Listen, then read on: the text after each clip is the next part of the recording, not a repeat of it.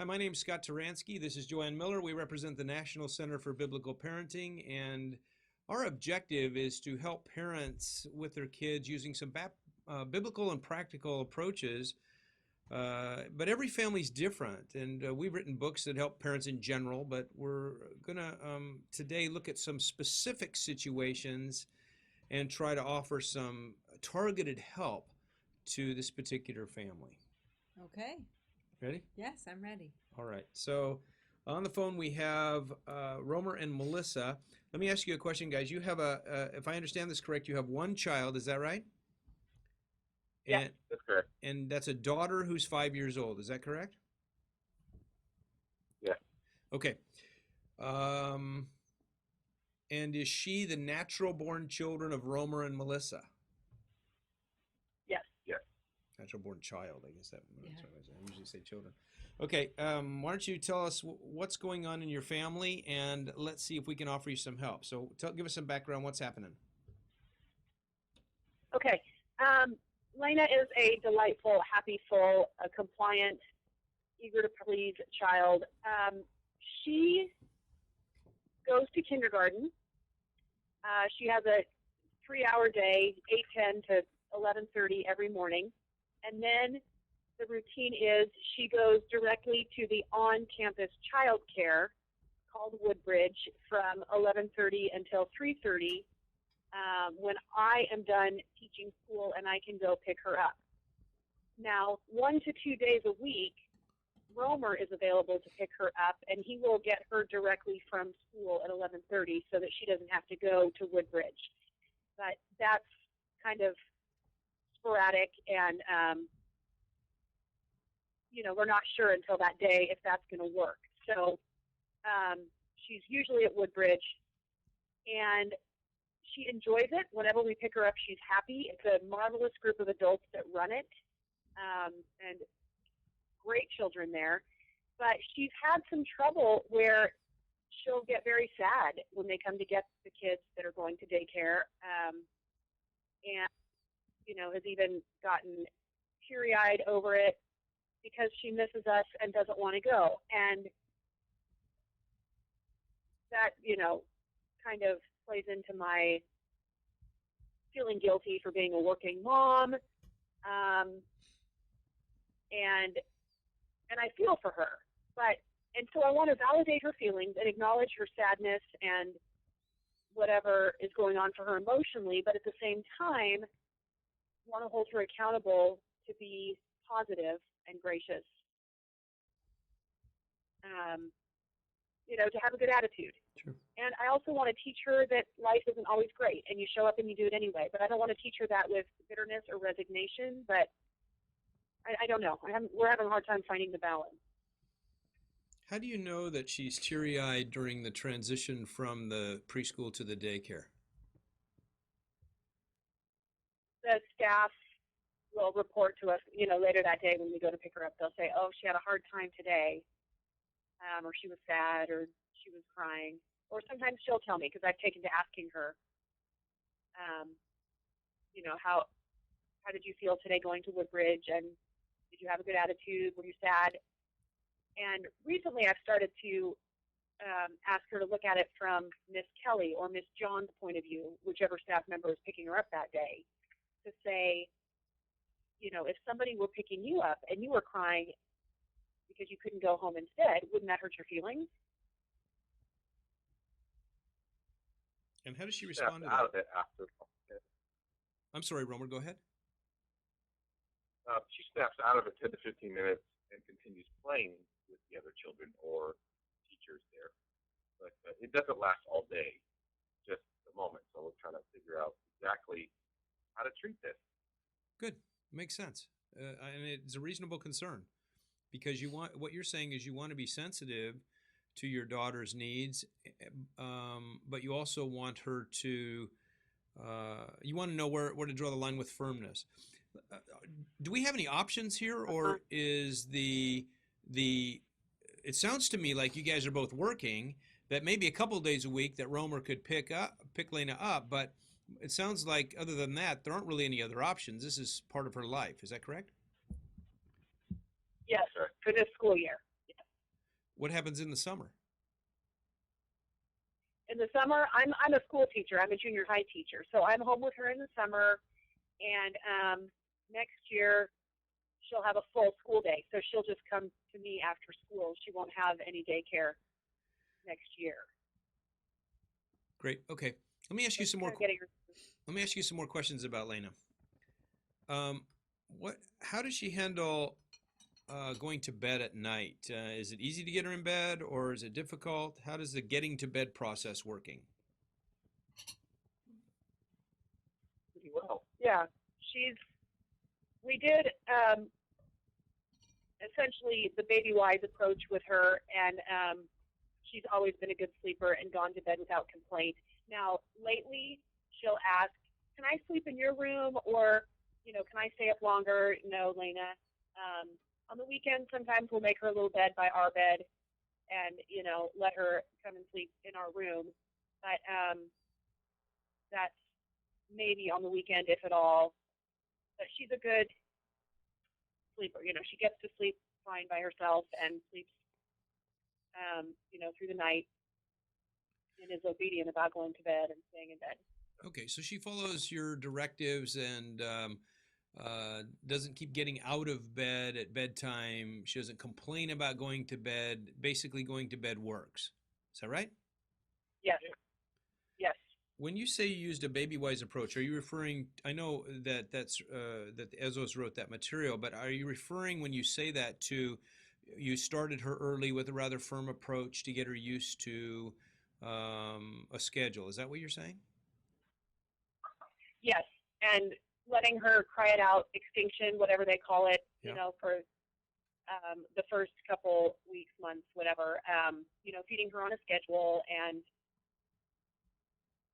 by 2 months she was sleeping through the night, and then a while later that stopped. But I wanted her to keep one night feeding. Yes. But once she weaned at 8 months, then it's been sleeping through the night since then, and we're big on obedience. We're of the philosophy that that's a really important thing to teach her, and we are corporal punishers pursuant to that.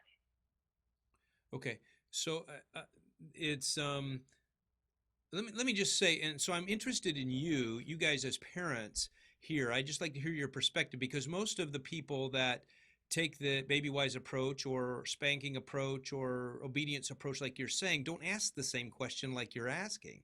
They just say, hey, that's tough, deal with it. But you're asking a different question, and so I'm intrigued by the fact that you've had this background with her, but now you're asking this rather significant question. What brought you to this? That's a really good question. I was thinking about that this morning because it is a little bit wimpy. I don't know if you're familiar with the Myers-Briggs. Yes, I am. Temperament thing. Wilma and I are both feeling perceptive. Okay. We are F. I'm intuitive. He's sensing. I'm extroverted. He's introverted. But basically, we are big empaths. And so, I hear from the child care people that she's sad when they pick her up, and the minute I'm alone, I'm crying about that. Like, oh, the poor little thing, and what kind of parents abandon their child to daycare, but this is how it needs to be right now. Okay, get over it. And we would probably be much more lenient parents if we didn't have some really good TJs in our families that were strong parents with their kids. We're the last on both sides to have a child, so we've gotten to learn. And we really like the strict parents. We really like the ones who, spank early and don't mess around and create that container and create the boundaries. So we probably wouldn't be that way naturally, but we've had the benefit of some very good examples around us. Well, and we want kids like that. Okay, I think you're asking a really good question about your daughter, because it makes a statement about your sensitivity to her. It just seems a little contrary to some of what you've said you've done for the last several years. This seems to be a much more sensitive question than what you may have asked earlier on. I'm not saying you did anything wrong earlier. It's just intriguing to me that we're coming to this question at this point. Let me ask some more questions about Lena. When she gets up in the morning, Does she wake up on her own, or do you wake her up? 80% of the time, I would say she wakes up on her own, and 20% we usually get her up, depending on how late she is or what kind of day she had the previous day. Sure, that makes And sense. she Now, does when she's waking up. does she wake up Yeah, she happy wakes and up pretty happy. pretty Yeah, happy, not very crabby, happy. but she's pretty happy? That's probably maybe 10 to 15% of the time That that you, she's a little bit crabby. That's either All right. she's been very tired this day. I think Otherwise, she has a pretty nice attitude. okay. I think it's pretty reasonable. I think a lot of us wake up crabby a little bit of the time, so I think it's a yeah. normal response. I'm just looking for tendencies here. Now, let me ask you another question. In the morning, do you find the getting out the door process to be easy or difficult? Does she cooperate, or do you have a hard time in that process?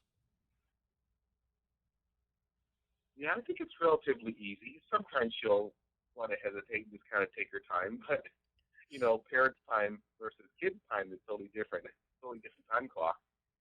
But So, our mornings are pretty smooth. We actually have some great advantages to our mornings, like a short commute, and nobody has to leave the house till 8 o'clock. It's a nice gig.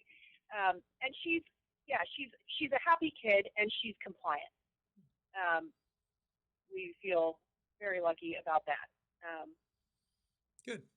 I mean, I think that the compliance has partly been, I don't think she was naturally super eager to please, but, because we made it pretty clear early on that it was going to be our way,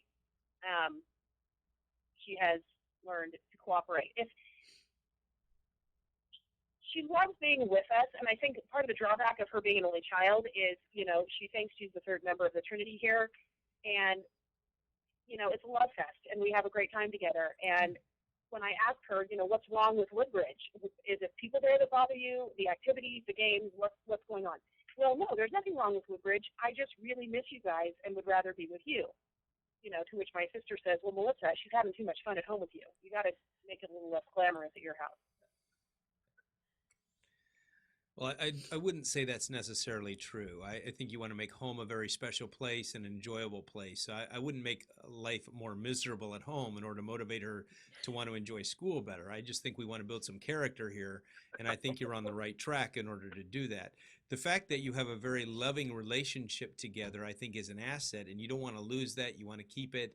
And because the love relationship that you enjoy is going to provide the foundation upon which not only will you pass values and spiritual truth to her, but also it allows you then to be a little more firm at times because she knows that you love her. And so I would say that you want to emphasize the love a lot. I think it's very important. So the fact that you're close is good. It's interesting that because there's no other children in your home, um, she's pretty attached to you. It sounds like both of you as playmates. You guys are the ones that function together as a team, and she's not necessarily motivated to go and spend time with other siblings or someone else. Would you say that's reasonable? Yeah, yes. yeah, and that's probably a weak link that we have in our family system. I mean, she's happy with other kids. If we have, friends over or meet up for dinner or an afternoon in the park, she's delighted to be with other kids, but she'd definitely take an hour with us over an hour at school or daycare. Yeah, okay. Although she'll tell you she loves kids. How does she do it playing on her own? That is, being independent of you and playing in the other room and enjoying herself without being involved with you, either present or engaged with her? Very well. We started early on with room time. Okay. First in the playpen and then in her room. And because it's important to me that she know how to occupy her own mind, and it's important to me that we have space. When, that she can occupy herself and we can have an hour of quiet time or whatever. That was particularly important to me when she was a toddler. So she's good at that. She's good at that. She doesn't complain. We haven't been very regular with room time since she started kindergarten, but she's very happy to do it. And that's She does because, it well. did she attend preschool or did she just go to kindergarten? She did. She went to preschool 30 hours a week. I was teaching the year before last, and then last year my husband was home. Romer was out of work, and so she only went twice a week for 3 hours, and she and Romer had a lot of time together last year. Great. So Romer, would you characterize your relationship with Lena to be a close relationship? You guys have a pretty good relationship together? We have a fantastic relationship. She's like my little buddy, and it's really fun to pick her up when I can. And she always asks me, "Hey, Papa, when you're off of work, can you be a teacher? You mean be a helper, right?" And she totally enjoys that too. So I think I'm going to possibly volunteer tomorrow, depending on if they call me into work. Yeah. But, yeah, we have, in other words, to answer your question, we have a great relationship. Good. All right. Yeah, he usually helps in the classroom once a week. That's great. Well, it sounds to me like you've got a really close relationship, and that's very important for whatever task we're going to move on here. And it also sounds to me like you've been pretty firm, and that Lena knows the ropes. She knows what you expect, and she's not. She knows how to be responsive to your authority. Would you say that's true? I totally agree with that. Would you say that Yeah. sometimes she's manipulative in the sense that she uses the relationship that she has with you, either together or as a couple or individually, to get some of the things that she wants, or not? I think that she can. I don't think of her as manipulative because she hasn't really had a need to, be dishonest or indirect.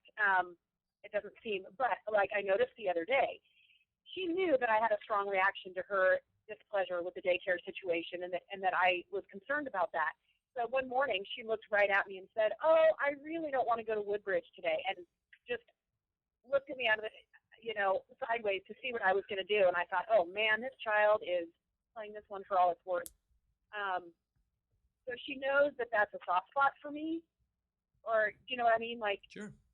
and it probably is more my issue than her issue that this even feels like a problem, because yeah, probably the normal thing to do would just to say, like, girlfriend, get over it. We go to work, we go to daycare, we go to school. Not everybody's delighted to be there, but we all have a pretty good situation. The place is safe. Yeah. We wouldn't have you there if it wasn't. And you're not there until dark. So, and a lot of kids are. You know what I mean? So Sure. I don't know, and that might be completely the appropriate thing to do, but I also don't want to shut down her emotional response. That makes sense. When you, in particular, I'm interested in that part of things here, because it seems like one of the things that you do is you question her about her emotions in regards to the transition, and then she has to make a choice of how to describe those, as you and I would have to do. Let's say that you were to ask Romer how his day was today, and Romer's day was kind of mediocre or whatever.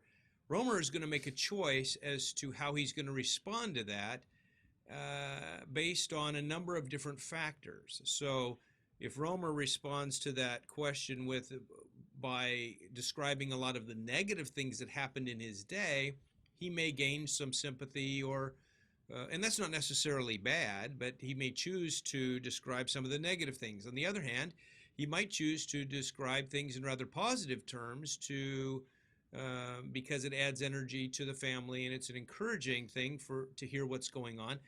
Not that he's trying to necessarily hide anything from you.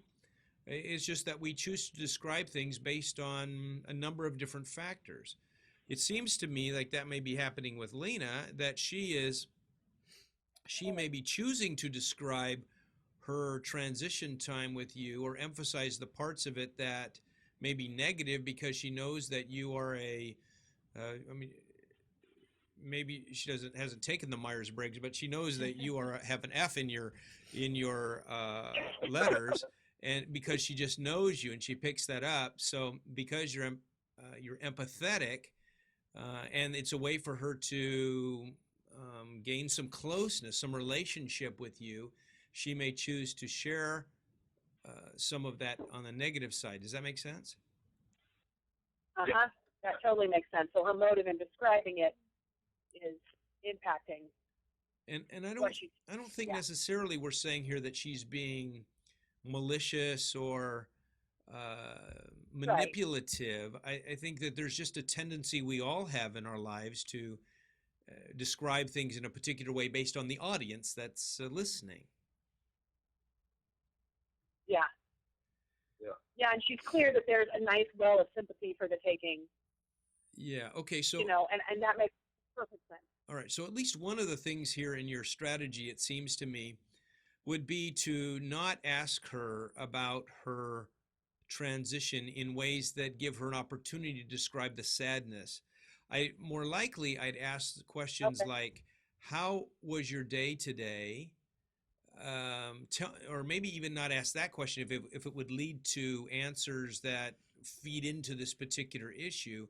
At least for a period of time, it seems wise to back off from interrogating her about her feelings regarding the transition. So any way we can stay away from that piece Okay. of the relational part of that would be helpful, just to make sure that she's not using or misusing, shall I say, the close relationship she has with you to play on your guilt.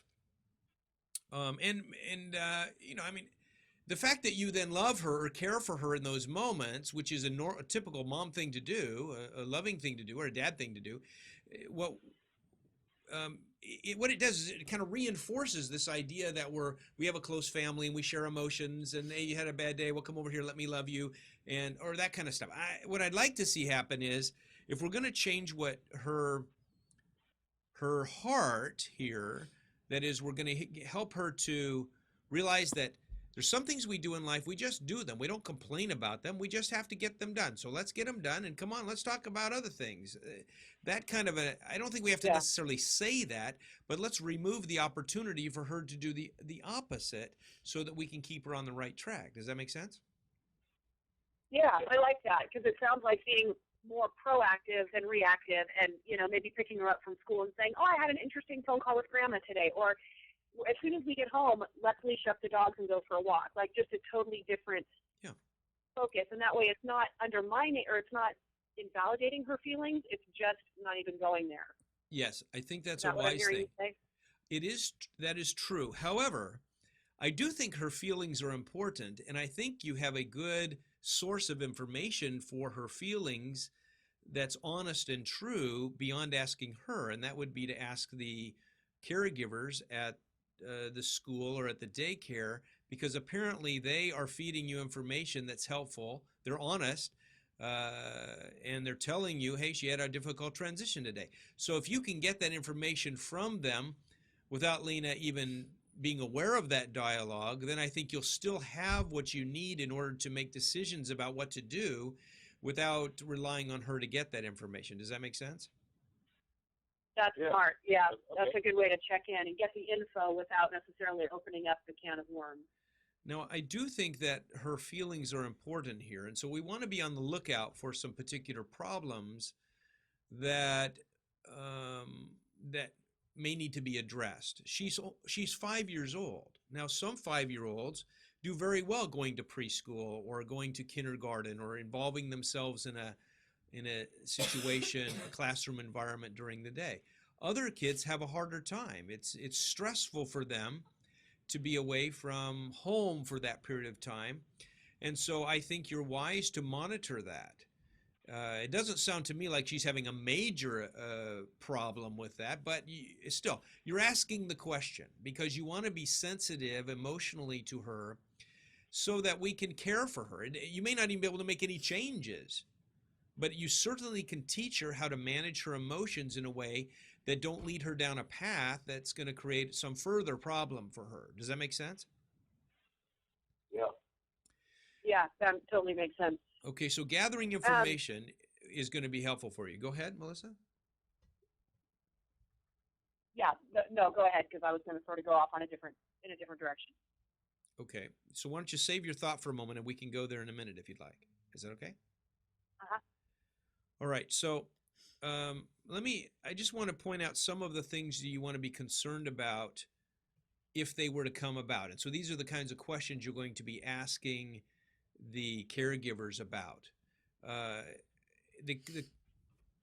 the questions you want to be asking have to do with her ability to recover. That is, how long does it take her to recover from the rather difficult transition experience? You want to know if she's spending a lot of time alone and not with the other children, because that would be an indication of some problem that we probably need to address. If we saw heightened anger Okay. in her in the daycare situation after the transition, that might be an indication of a problem as well. Does that make sense? Okay. Uh-huh. Yeah. Absolutely. Okay, so if we're not seeing those things, then what we're dealing with, it seems to me, is a simple, I shouldn't say simple because I don't want to minimize the pain that she experiences, but what I'm suggesting is that she's probably struggling with the transition of moving from one event to another. That is, she's with a group of people in the morning for several hours. She's tired. She's got to go to another event. She's got to uninvest from one. She's got to get involved in another. She'd rather go and rest, as many of us would like to do in the middle of our day, but she's still got the rest of her day she needs to deal with. And that transition is a little difficult for her until she gets involved in the second half of her day. Does that make sense to you? That totally makes sense. And I didn't think of it as a transition issue, but the first day that the caregivers told me she had been sad, I talked to her about it and said, so tell me what happened. You got there, you weren't happy to be there, you were sad, we hadn't come to pick you up, and what happened next? Oh, well, I started playing and forgot all about it and was happy. So I think it is a transition issue, and I hadn't really thought about that, because she's going with being, with one teacher and 23 kids to being with different teachers and a different set of kids. Some overlap, but mostly a different set of kids and in a different room. Do you find that she has challenges when it comes to transitions at other times in her life? For example, does she struggle with leaving a TV program in order to be called for dinner? Or does she struggle spending time with mom because she has to go and dad's going out the door and taking her with her, or something like that? Do we have challenges in other areas with transitions? I haven't observed it, but I haven't thought about it either. So I will keep my eye open for that, because that might be more the issue than the daycare situation. And that's a total reframing of the issue. Well, I have also, Scott, I have some comments about that too. But when she goes to grandma, no problem. See you later, mom and dad, and she'll be gone for 2 or 3 days. So, and I talked to my brother about that. She doesn't even cry about that? He says, no. And I'm thinking, she's probably braver than we were when we were kids. So I have to say she is pretty resilient in the transition stage. But, maybe we don't understand what's coming up for her now. But, Yeah. that's my comment about that. That's helpful. That's helpful to know that. So you're telling me she doesn't have any trouble separating from you as parents to go to school or to go to be with grandma or something like that. Is that what you're saying? Correct. That's a sign of some significant health, or maybe I should say maturity at her age. But as you know, being an educator, Melissa, you know that children go through developmental stages. And typically at new stages of life, children often experience some challenges. So even the transition from one stage to another can provide some challenges for kids where they want more comfort, or life becomes a little more difficult for them. And it's very possible that Lena, at her age, certainly somewhere around here, she's in a stage where she's moved from, on a physical level, she's probably stopped naps a year or two ago, but now she's not taking naps. But then there's that tiredness that she might have to endure or deal with in the afternoon. Cognitively, she's moving into a new stage where she's starting to think. She certainly has been thinking concretely up to this stage, but now her ability to reason is a little bit greater, or even fantasy, her ability to fantasize increases, which can pose some challenges at points. So as she moves developmentally into a new stage here, she may find something difficult, like a transition experience at school for a period of time. Most of the time, what we do is we're just patient and firm, which sounds to me like you guys do this well. I mean, it sounds to me like you are patient and you are firm, and the symptoms usually go away, but we want to be looking for any danger signs in case, because we want to catch any problems early. Does that make sense? Yes. Uh-huh. So part of the Yeah. task, And the go ahead. Go ahead, physical Melissa. part of her being tired too, I think, is playing into it. You know, sort of before she gets her second wind for the afternoon, she's tired. And in fact, one of the caregivers said that she kind of loses steam for the first 45 minutes or so of her time in daycare, and then she revs up and gets more connected. So I think that there may be physical development things going on. So it sounds like even the transition happens to come at a time in her day when her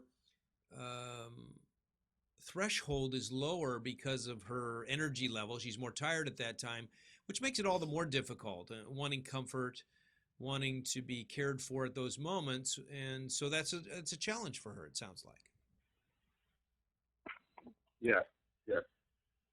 Okay, well, let me tell you what I think. Let me give you some ideas of what I think you're going to want to do. It may be simply that you're just going to be firm and loving, but we're just not going to talk about this issue. We're going to go through, and she may just do fine without needing some more work.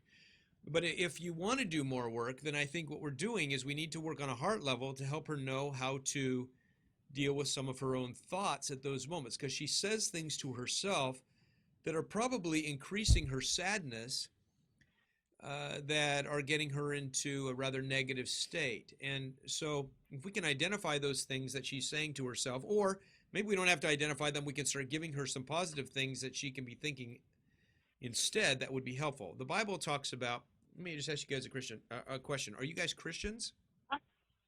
Yeah. Okay, so I'm going to share with you some scripture I think may be helpful for you. The Bible talks about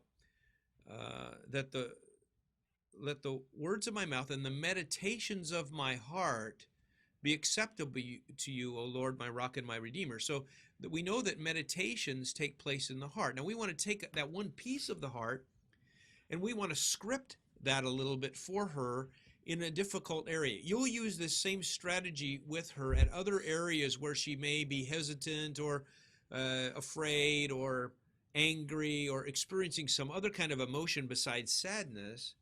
But in order to help her move forward, you're probably going to want to help her script this a little bit by changing some of the ways that she talks to herself in her heart. That's the meditation that's taking place.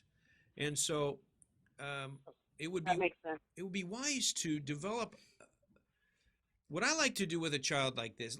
Let's say you decide to deal with this outright, and you're going to say to her, and so you can do this with Lena. You can say, Lena, I think it'd be helpful for us to talk about the sadness that you experience between school and daycare.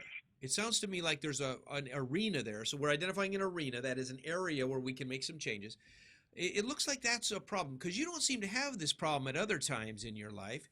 You don't have this problem when we put you to bed. We don't have this problem when you get up in the morning. You don't have this problem when I ask you to leave the TV to come and enjoy a meal with us. You don't have this problem when you go to grandma's and we drop you off. You don't have this transition problem at other times. So I want to take some of the things that you're doing at these other times that help you to be successful, and let's bring them over to this area where you're struggling a little bit. Okay? So what you want to do is you want to ask her these kinds of questions. Identify similar situations where transitions take place.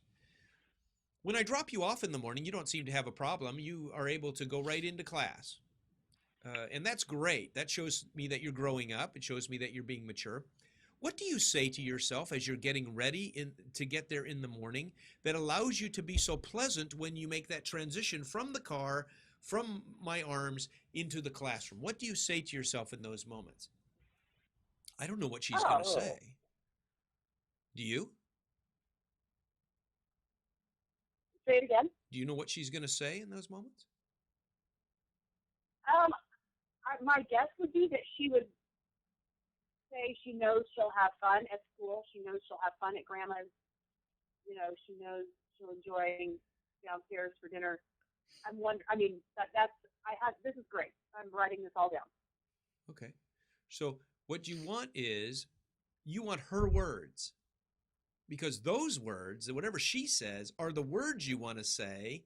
You want her to be able to say when she makes this other transition for her life. I'm going to just, since you're on a computer, I'm going to draw something on the computer for you to see. Okay. Okay?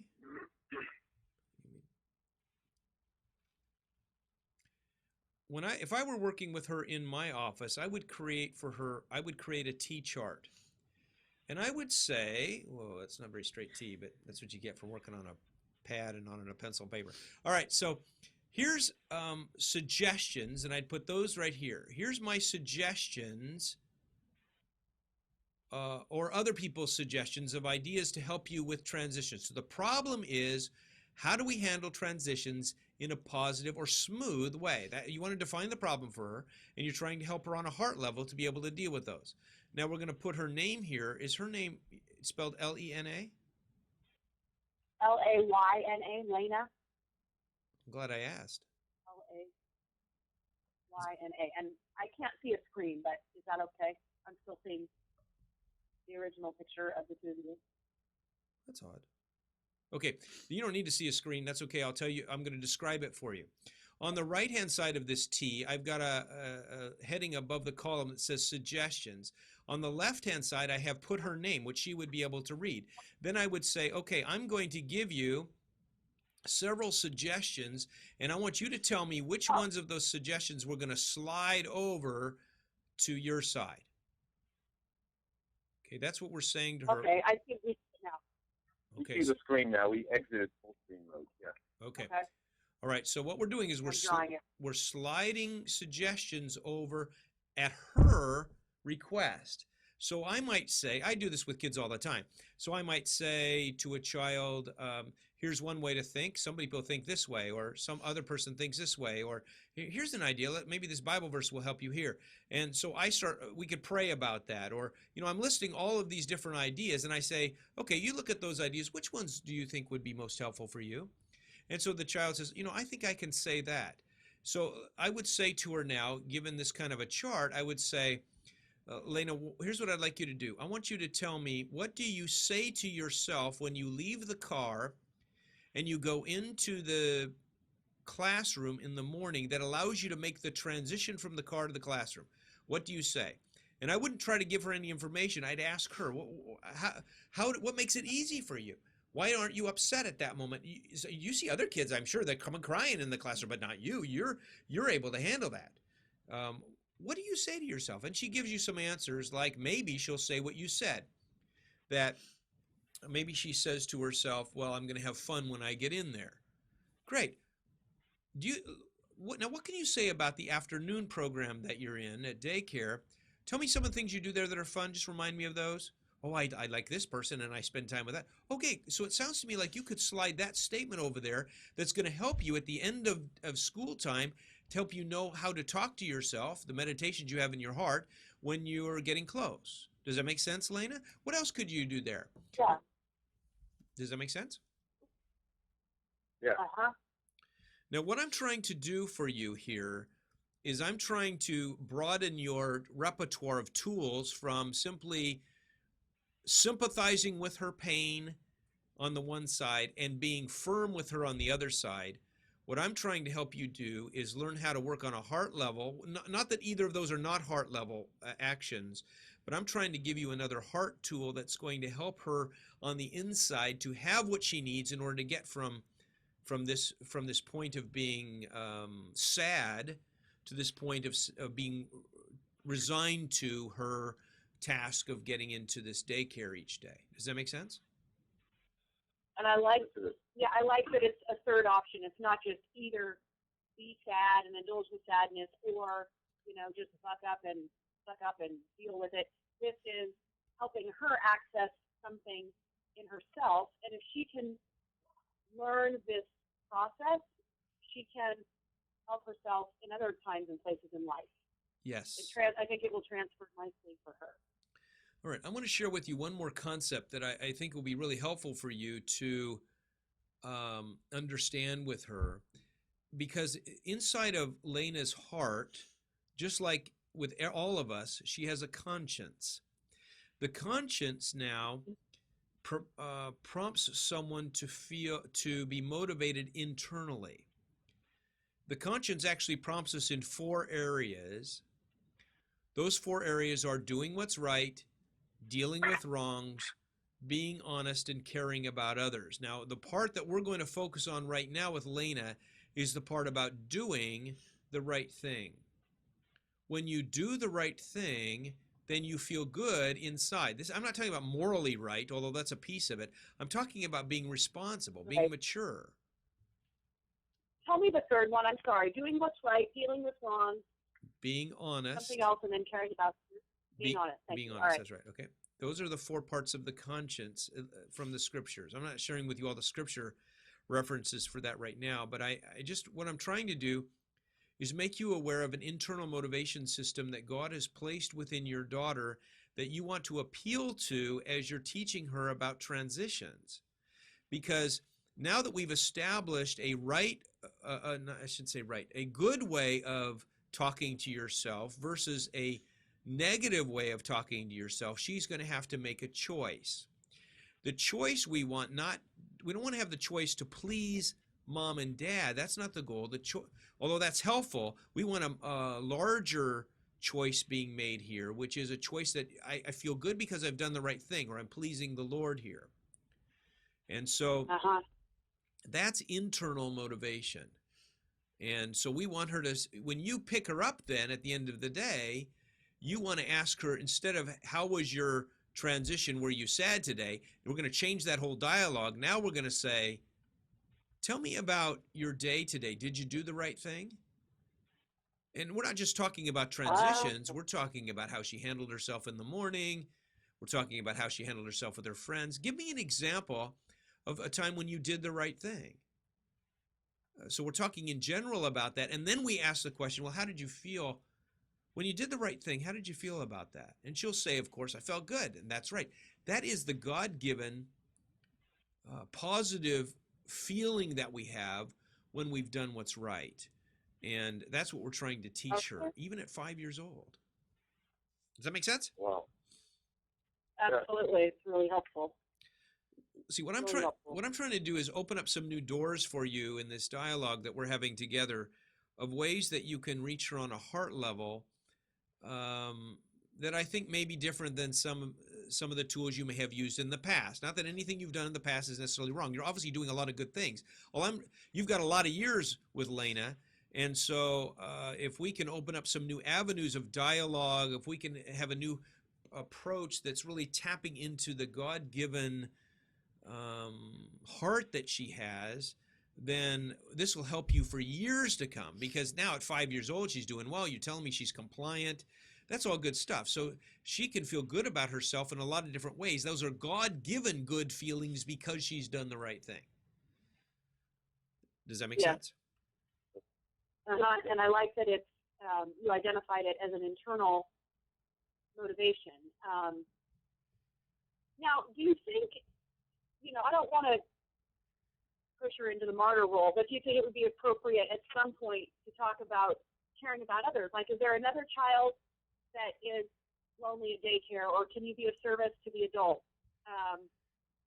Or could you befriend somebody new?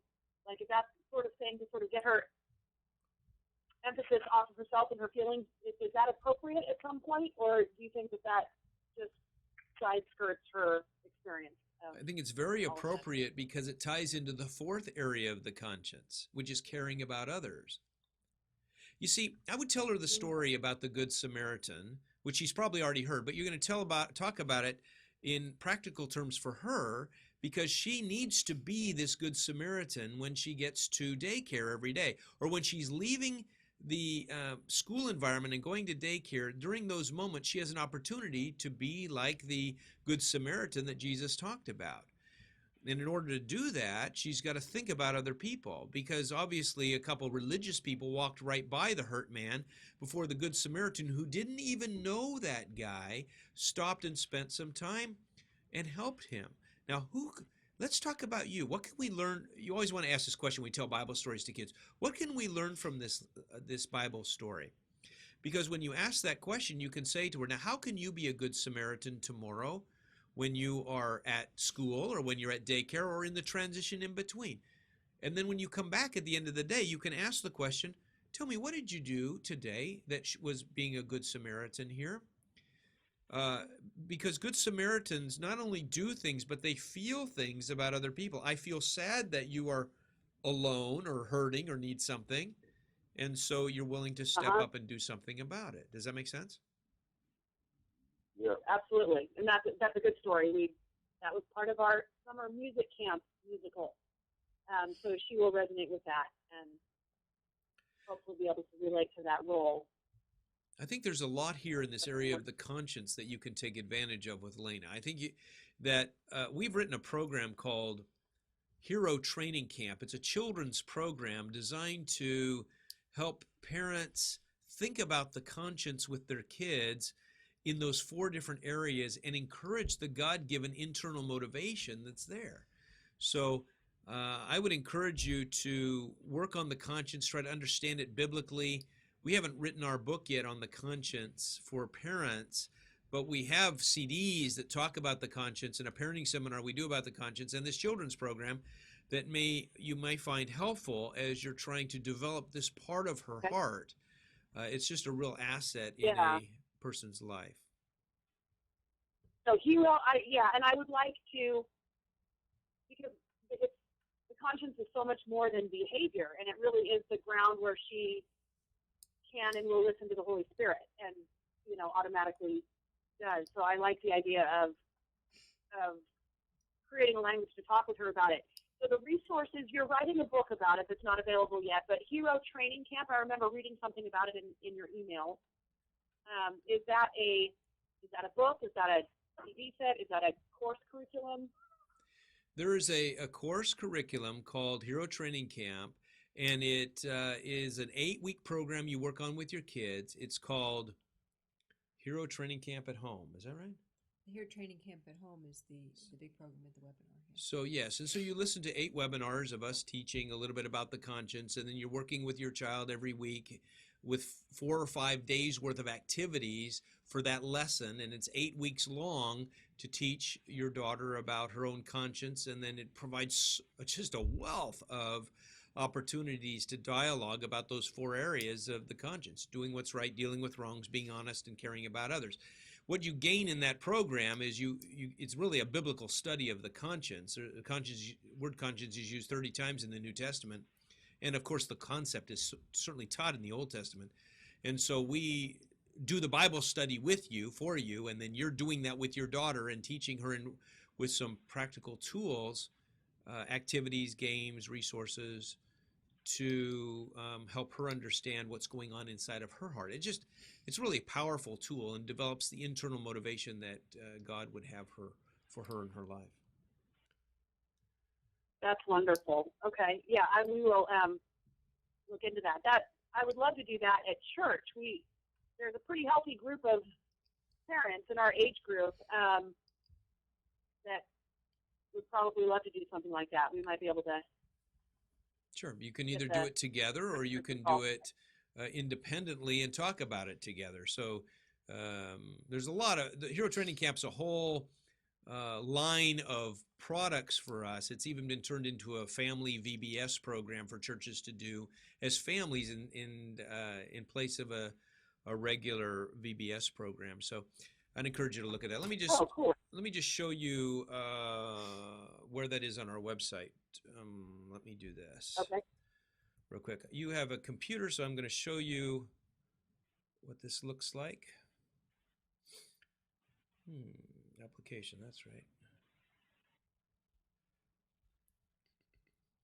All right, so this is our homepage on our website, and if you go down to the bottom of our website on the right-hand side, you're going to see that we have right in the middle. You see Hero Training Camp at Home? Right there. That Yeah. is the product that you're interested in. Above that is a class, Biblical Parenting University, which allows you to take online classes in parenting. And so if there's a class that interests you, you'll find that to be helpful too. The one class that's available now is on emotions in family life. But you can look at both of those. I Cool. think you'd find them both very helpful in your relationship with your daughter. Okay? Great. Yeah, absolutely.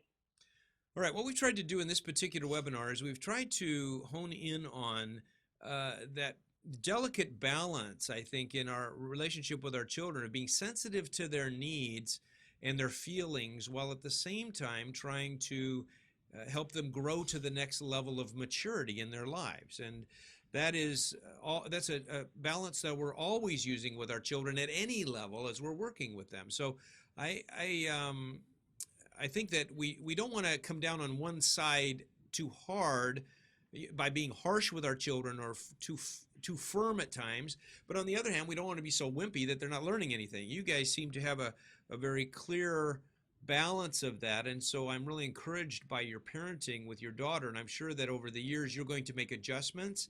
You're going to make some changes as you continue on. But if you're sensitive as you are now and even asking this question, you're going to see some good things happen. So I think you can be very encouraged by your work with your daughter, and you'll see God continue to do some good things. If you want to learn more, and those are others who are listening to this webinar, you can certainly learn more about our resources at biblicalparenting.org. We're going to send you a feedback form after this webinar is over that you can, we'd appreciate it if you'd fill it out, give us some feedback about your experience here. Sometimes we even use testimonies from those feedback forms and put them on our website so that other people can see them.